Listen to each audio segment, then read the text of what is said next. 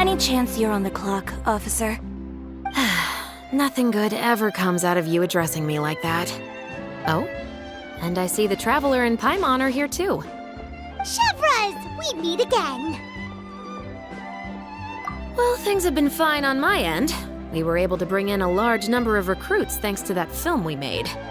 I suppose the trade-off is that I'm now constantly getting stopped for autographs while out on patrol.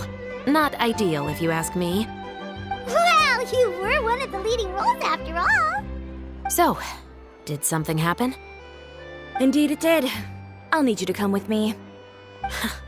I only ever hear that phrase from you. Usually I'm the one asking people to do that. Well, are you coming? Not before I know what you're planning. Have I ever made a bad call? The better question is, have you ever made one that didn't violate proper procedure? Okay. A man hired a group of bandits to mug my friend. I'm about to go teach him a lesson. Are you sure this is something you should be telling the captain of the Special Patrol? It's getting hard to tell whether you're here to report a case or turn yourself in for one. Neither. I'm requesting personal supervision from said captain, so I don't do anything too out of line. Are you planning to? Not if I can help it. All right. Where is this person? Follow me.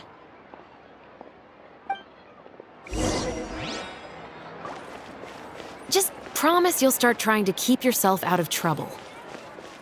Well, when trouble stops coming my way, I'll be sure to get on that.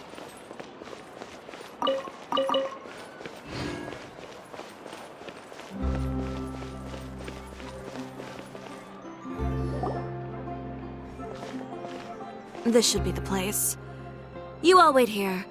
I'll go have a chat with him. You know, Chevreuse, Paimon gets the sense that you two are actually pretty close. It's just as Chiori said. We got to know each other pretty well in our lines of work. You could call it a you scratch my back and I'll scratch yours sort of situation. Does Chiori often need your help? I'd say it's mutual. The Special Patrol needs her help quite often as well. We've got tough problems of our own. Getting people to talk, for example. The uniform, the musket, they're intimidating. Most people clam up the minute they see us. Lips sealed so tight, getting them to talk almost feels like trying to break into the fortress of Meripede. But put them in a clothing boutique, and they suddenly start gushing faster than the waters at the Fountain of Lucine. Oh, is it because they're trying to show off or something? Yep. People are vain creatures. They can't help but want to talk up new developments in their lives or show off how much they know about other people. And nothing brings out that sort of vanity quite like fashion. As a result, Chiori often picks up on all kinds of information in her shop. Most of her customers are members of the upper class, which means they're pretty much up to the gills in wealth and intel. You scratch my back and I'll scratch yours. Huh, Paimon gets it now? Exactly. I'm also here to ensure Chiori's safety. Those who make trouble for her also tend to be rich and powerful. And in some very rare cases, I'm forced to protect other people from Chiori herself. So, who got on her case this time? It's been a while since I last saw her that angry. Oh, so this is what happened.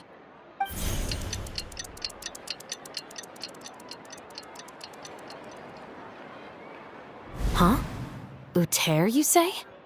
You've heard of him? Yep. He's made trouble for Chiori several times already. He's fond of pretty much every dirty trick in the book. I heard that even the Maison Gardiennage issued him a warning due to his behavior. So he's back at it, huh? His funeral, I guess. Whoa, what's this about a funeral all of a sudden? I just meant that Uter's done for. Now bring it in, you two. Get right up close. Sure, but why? Because this is probably going to turn into one of those very rare cases I just talked about.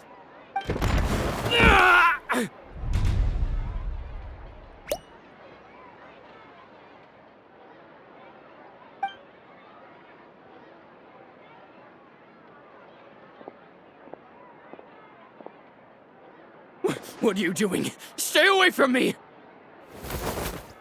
Has anyone ever taught you the definition of stupidity? Huh? Stupidity is doing the same meaningless thing over and over again. It appears you've forgotten what I told you before.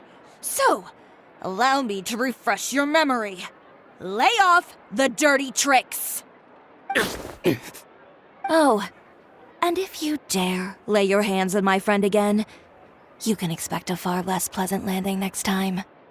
Ahem. Chiori? Officer, an assault's in progress! Please, officer, you've got to do something! Of course. I'll do my utmost to investigate the situation. Unfortunately, I was chatting with this traveler and seemed to have missed what happened. Not to worry, though. If you'd allow me to search the scene, I'm sure I'll be able to collect some useful evidence. You don't mind, do you? There's nothing in there that would implicate you in any illegal activity, I would hope. Forget it. It wasn't that big of a deal. Ms. Chiori, I must also ask you to refrain from engaging in such disorderly conduct in the future, especially out in the open like this. Apologies, officer. I guess you could say I'm just used to tossing out any trash I come across on the street. You... Is there anything else either of you have to say for yourselves? That's all from me. I sincerely hope that today's events will never happen again. We'll see about that. Whoa, that scared the heck out of Paimon! How did he just go flying out like that? You're too kind. Now's not the time to be accepting compliments. What happened to not doing anything too out of line? Oh, not if I could help it, is what I said. And I think I kept to that. I started with a verbal warning, but he displayed neither shame nor remorse. If anything, he kept running his mouth with insults and threats. Insults and threats so bad that he deserved to be tossed out like a sack of trash? Believe it or not, they were that bad. He deserved to get knocked down a peg. It's the only way to get him to stop. You could have reported him to the guards. Oh, I will. But it'll take some time for them to gather evidence. And he denied that he ever had anything to do with those bandits. I don't want anything else to happen during Fontaine Fashion Week. On top of that, if Kirara is going to continue delivering goods for me, the least I can do is guarantee her safety. Oh, that reminds me. There is another favor I'd like to ask of you today. What a shame. I believe you've already used up your favor quota for the day. Have I? Well, it's a good thing I was planning on taking an advance on tomorrow's quota then. Don't you think you're maxed out on advances already?